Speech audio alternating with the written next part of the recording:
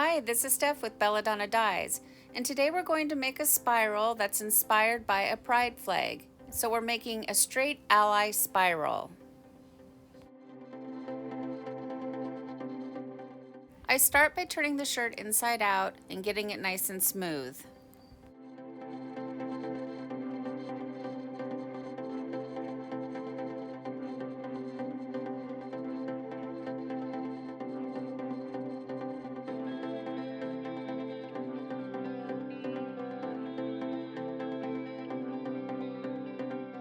I had a great suggestion from a viewer. Use your fingers instead of using a hemostat, that way you don't rip a hole. Well, duh, that completely makes sense. So I thought I would give it a try. I have to tell you, I was finding it hard to twist the shirt, so for me, I think I prefer the hemostat, and I just will be careful and not do it on huge shirts. The microwave cover works really well for small projects.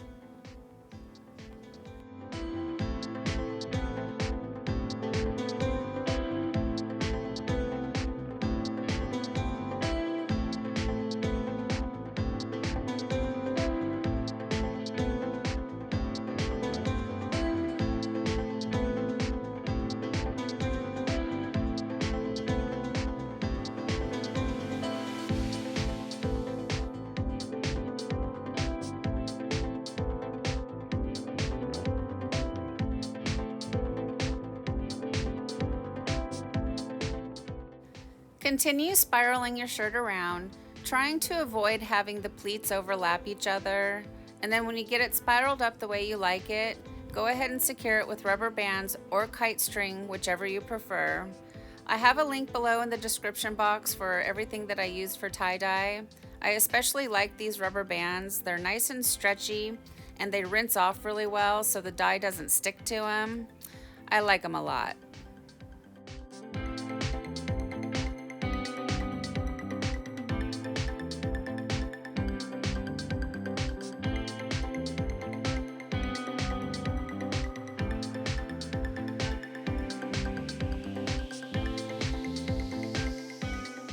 Two things here. I like to make my spiral nice and tight, so I try to stretch it around so that the tails can be tucked into a rubber band. I also try to use the rubber bands as the sections of the pie piece. I try to have the rubber bands intersect through the center of the spiral. Using washable markers, mark out your pattern. And I'm doing the 6 colors of the rainbow, so I'm going to try to create 6 equal pieces of pie. The spiral isn't quite dead center of the shirt, so some of the pieces are going to look larger than the others.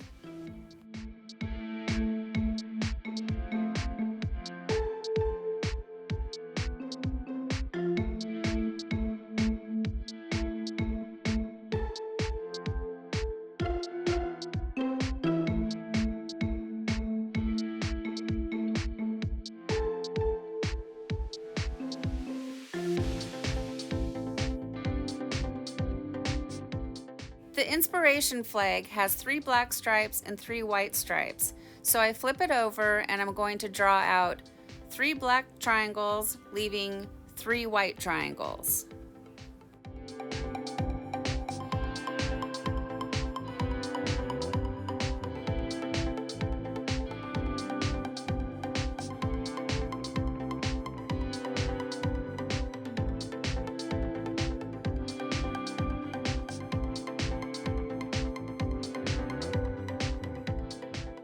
Now the fun part, we get to add the dye. And these are thickened dyes, and the recipe for that is 1 cup of water to 1/4 teaspoon of the sodium alginate, and I'll be uploading a tutorial on that real soon. And they are thickened, like I said, and this red does not want to cooperate. It's clogging up in the tip, so I apologize for that, but we will get through it.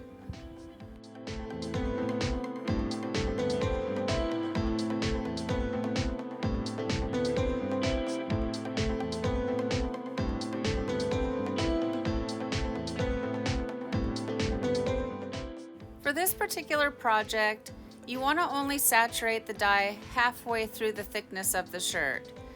The whole goal of this is to have the color on the top side of the pleats, and then on the back side we're going to have white and black on that side of the pleats. So you don't want to oversaturate, but if you're using these little fine needle tip bottles, you want to poke down in between the pleats and make sure that you're saturating halfway down the pleat.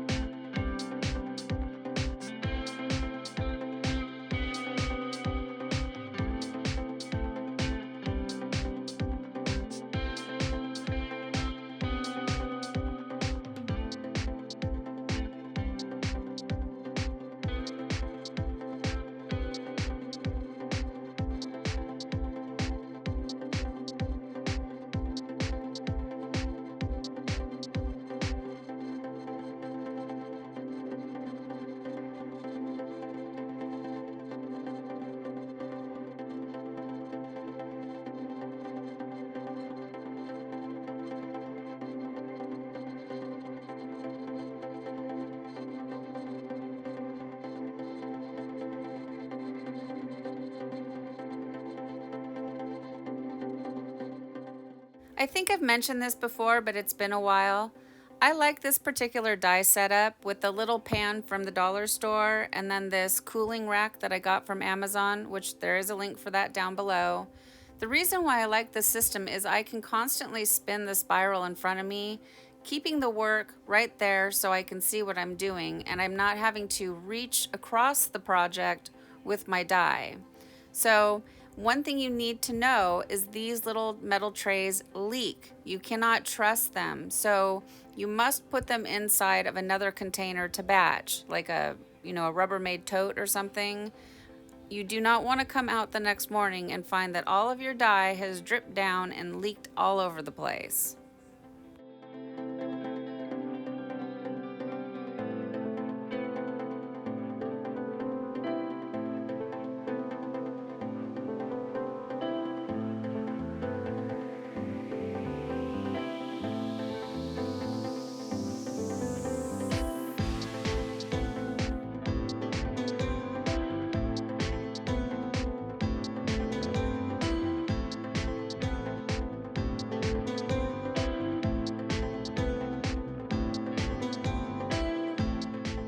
All right, now it's time to flip it over and do the back. And I did a pretty good job. There's not a lot of color coming through from the top. The turquoise did bleed quite a bit. It has a tendency to do that. It's just one of those colors that spreads, but it's going to be all right because it's going to be underneath the black. So I don't think we're going to have an issue.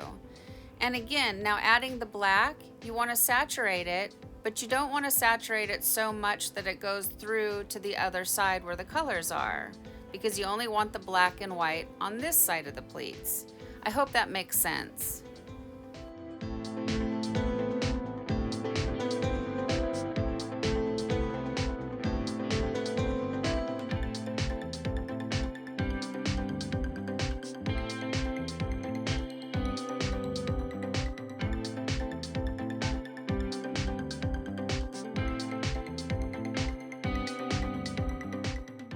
Normally when working with black on the back, you'll see me flip the shirt back over so that the colors are on top. I didn't do that this time because I want the white to stay white. It's been 24 hours and now it's time for the rinse out. And as always, you want to start by using cold water to rinse away any soda ash that might still be reacting within the shirt, and then gradually increase your water up to hot and rinse until the water runs pretty much clear. Then from here, I take it to the washing machine and I do a hot water cycle. I do a second hot water cycle using Synthrapol, that's a textile detergent. And I do a third hot water cycle using Millsoft, and Millsoft brings softness back into the shirt after the dyeing process. Then I put it in the dryer, and we'll come back and we'll see the results.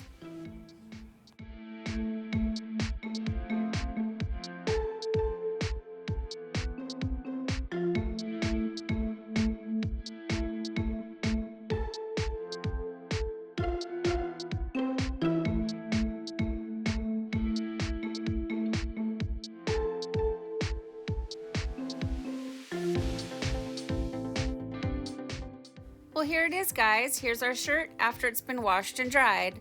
And that flag in the upper left corner, that was our inspiration. That's how I chose the colors. So see how it has 3 black stripes, 3 white stripes.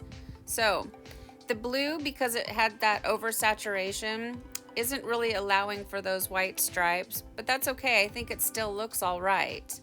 My favorite part is the center and the orange. You see the orange stripe, the black stripe, the white stripe. That's what I wanted the whole shirt to look like. But overall, I'm really happy with this shirt.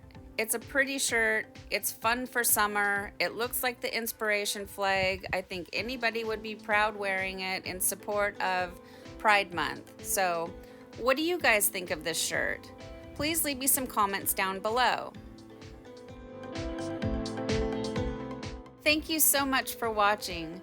Please subscribe, leave a thumbs up, and click the bell for future uploads.